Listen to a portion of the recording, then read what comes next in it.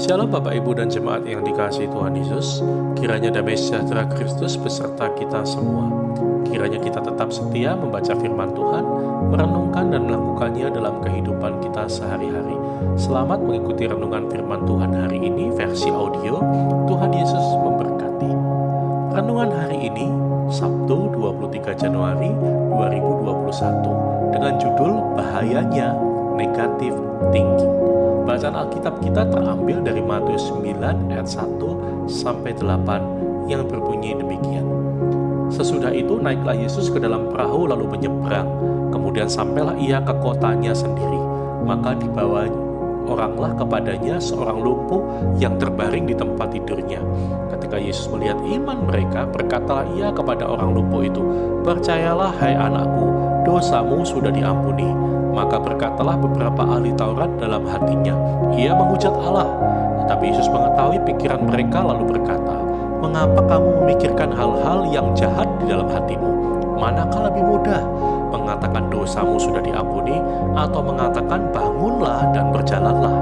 Tetapi supaya kamu tahu bahwa di dunia ini anak manusia berkuasa mengampuni dosa." Lalu berkatalah ia kepada orang lumpuh itu, "Bangunlah, angkatlah tempat tidurmu dan pulanglah ke rumahmu." Dan orang itu pun bangun lalu pulang. Maka banyak orang yang melihat hal itu takut lalu memuliakan Allah yang telah memberikan kuasa sedemikian itu kepada manusia. Bapak, Ibu, dan saudara sekalian, jika kita mau jujur, berapa banyak dari kita yang menyadari bahwa di dalam hidup ini medan peperangan yang sesungguhnya adalah pikiran kita. Setiap detik, setiap menit, setiap jam, setiap hari kita selalu diperhadapkan dengan pergumulan yang berat berkenaan dengan pilihan hidup yang tidak mudah, yaitu mau memilih untuk berpikir positif atau sebaliknya mempunyai pikiran negatif. Berdasarkan pengalaman hidup sehari-hari, orang lebih cenderung memikirkan hal-hal negatif daripada berpikir positif. Berpikir negatif adalah cara seseorang memberikan penilaian atau kesimpulan yang bertolak belakang dari kenyataannya. Dalam bertindak, orang-orang yang berpikiran negatif umumnya akan mendasari pada kecurigaan dan dugaan-dugaan atau asumsi-asumsi yang belum tentu benar. Contohnya, apa yang dilakukan oleh para ahli Taurat ketika melihat Tuhan Yesus melakukan mukjizat menyembuhkan orang yang lumpuh?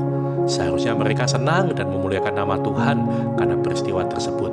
Tetapi yang terjadi, mereka justru langsung negatif thinking terhadap Tuhan Yesus dengan mengatakan bahwa ia menghujat Allah. Mungkin dengan gampang kita bisa melihat hal negatif yang dilakukan oleh para ahli Taurat kepada Yesus. Tetapi seringkali kita juga berpikiran negatif terhadap Tuhan dan menuduhnya berlaku tidak adil kepada kita. Misalnya, ketika doa-doa kita belum dijawab, ketika kita belum sembuh dari sakit yang kita alami, ketika masalah kita belum juga ada jalan keluar, padahal kita sudah berdoa. Pertanyaannya, dari manakah datangnya pikiran negatif tersebut? Alkitab menjelaskan bahwa hal tersebut bisa datang dari iblis. Ingat, ketika Tuhan Yesus lapar setelah berpuasa 40 hari, iblis menawarkan solusi untuk mengubah batu menjadi roti. Iblis juga menawarkan kebanggaan, kehebatan, dan kemegahan yang merupakan impian dan keinginan setiap manusia. Itu tertulis dalam Matius 4 ayat 1-11. Namun Tuhan Yesus menolak semua tawaran iblis tersebut dan memilih untuk taat kepada firman Allah. Yang kedua, pikiran negatif juga bisa datang dari keinginan kita sendiri yang sewaktu-waktu muncul. Yakobus pasal pertama ayat 11 berkata demikian, "Tiap-tiap orang dicobai oleh keinginannya sendiri karena ia diseret dan dipikat olehnya." Apa yang kita pikirkan menentukan arah hidup kita dan membawa kita kepada kesukaran.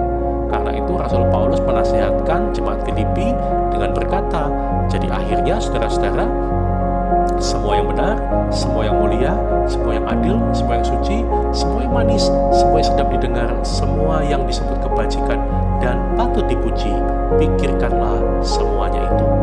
Kita akan menang atas pikiran negatif jika kita menjadikan firman Tuhan sebagai fondasi hidup kita dan senantiasa berada dalam persekutuan dengan Tuhan setiap hari.